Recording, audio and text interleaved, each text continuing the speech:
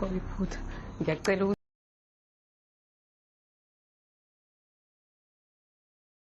हे दोस्तों, mister Anjum here.